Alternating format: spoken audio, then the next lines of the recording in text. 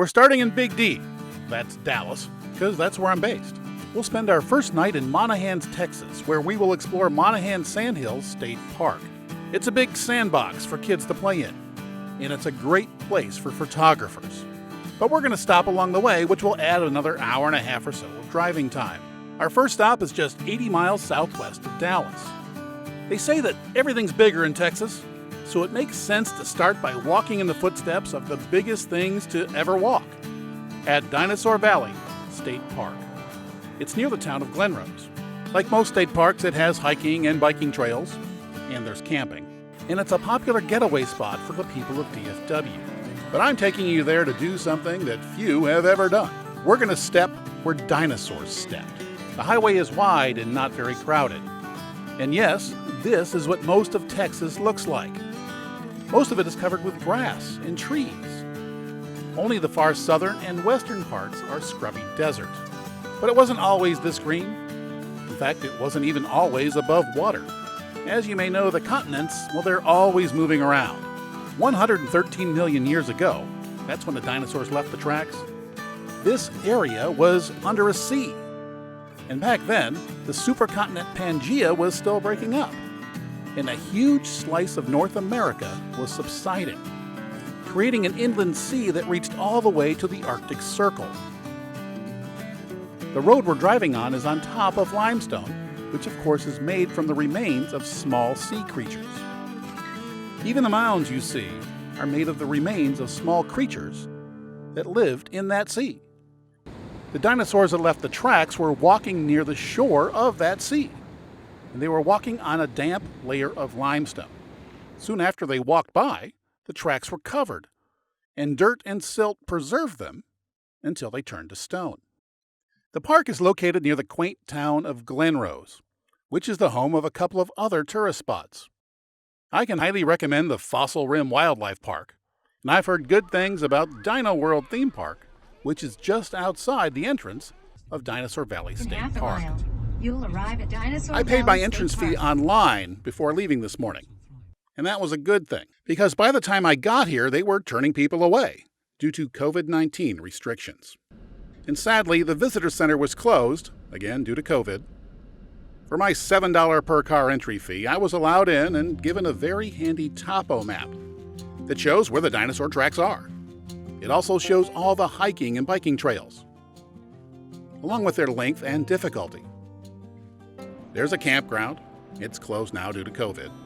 And being Texas, well, there's even a horse trail, but you have to bring your own horse. Just past the entrance, near the gift shop, you see a giant brontosaurus and a T-Rex to provide some scale to the things that once roamed here. There are plant-eating sauropod tracks here, and tracks left by the three-toed carnivorous cousin to the T-Rex. But unfortunately, they were not left by the types of dinosaurs that we see here. But they're close. So why are the wrong dinosaurs here? Well, they were free. Yes, these are hand-me-downs. They were part of an exhibit at the 1964 World's Fair in New York.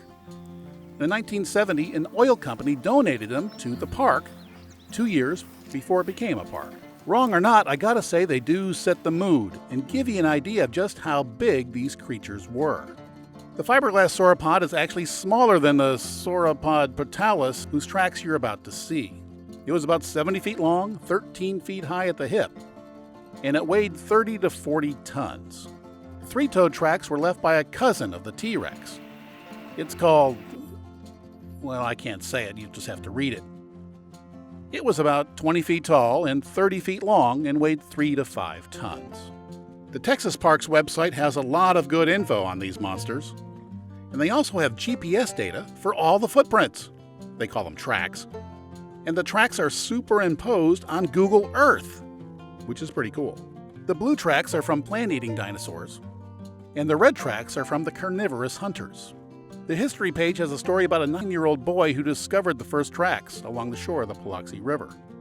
Maybe a passenger can read it aloud during the drive. And there's another story about the guy who made this site world famous. He discovered the 2 sets of tracks that appeared to be a meat-eater hunting a sauropod. Well, they excavated the track, and it's now on display in New York's American History Museum. The easiest way to see a real dinosaur track is to head over to nearby site number 3. The trail off to the right, that's the 7.5-mile Cedar Break Outer Loop Trail. The dino tracks are this way. But first, there's some learning to do. The first sign tells of evidence that these terrible lizards may have cared for their young, perhaps like their modern relatives, birds, do today. When you get to the railing, you're 20 to 30 feet above the Paluxy River. Luckily, there's a high-tech sighting device welded to the railing, pointing right to a 3-foot sauropod track on the bank of the river.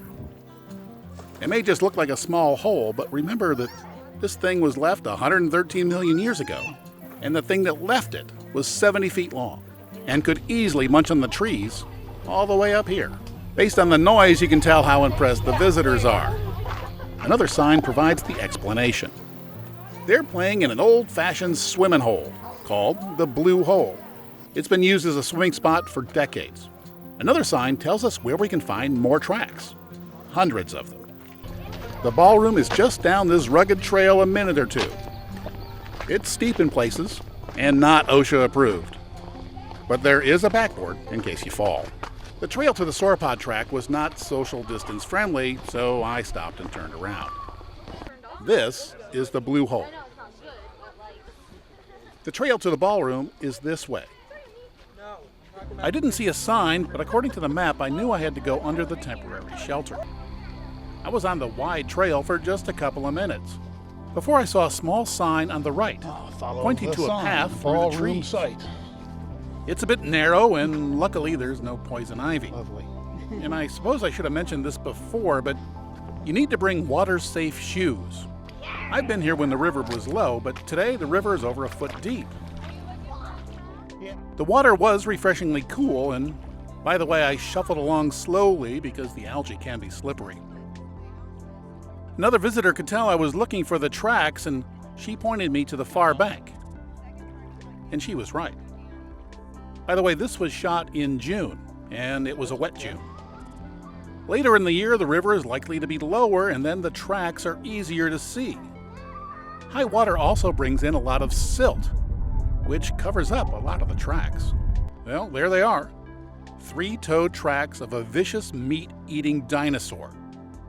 And there's so many tracks here that this must have been a very popular spot.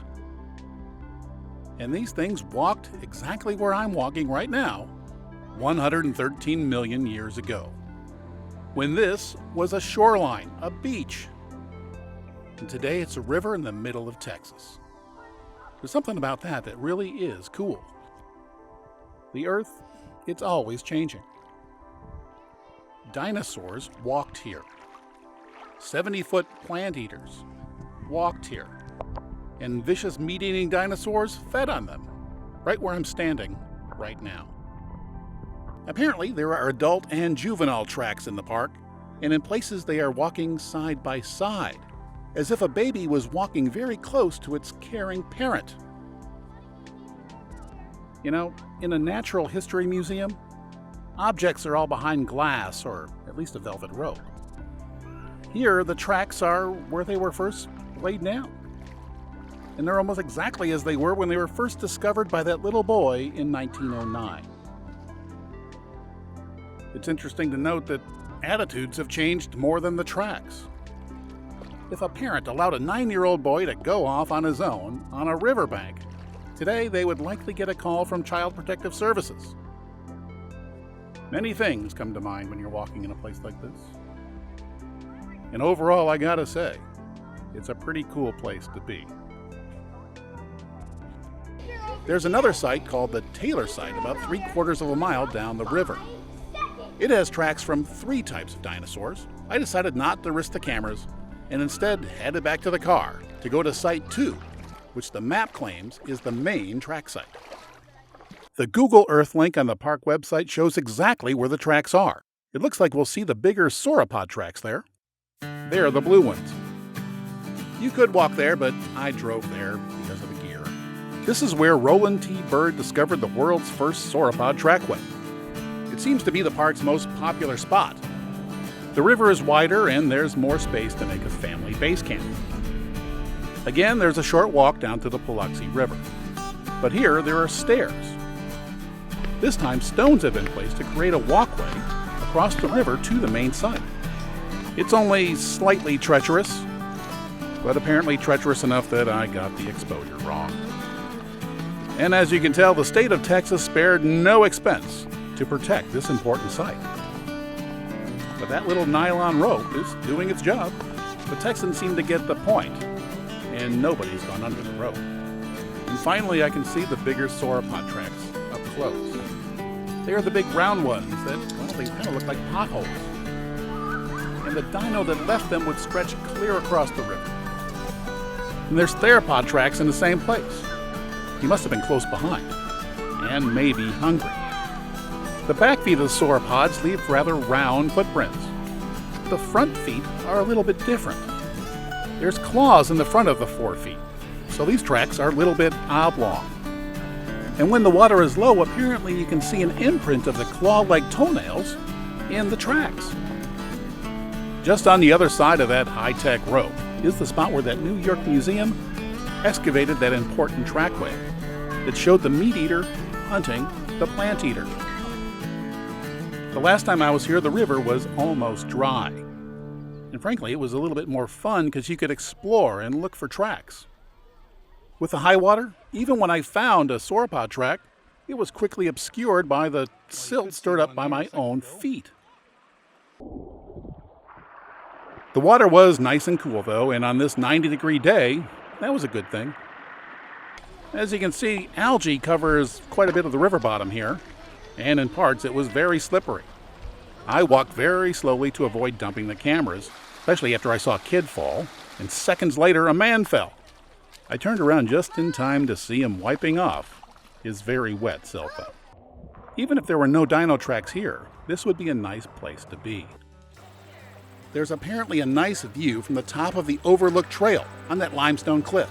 The trail is less than a half-mile long each way. Time was passing, and if I wanted to get to Monaghan's in time for golden hour, I needed to hit the road.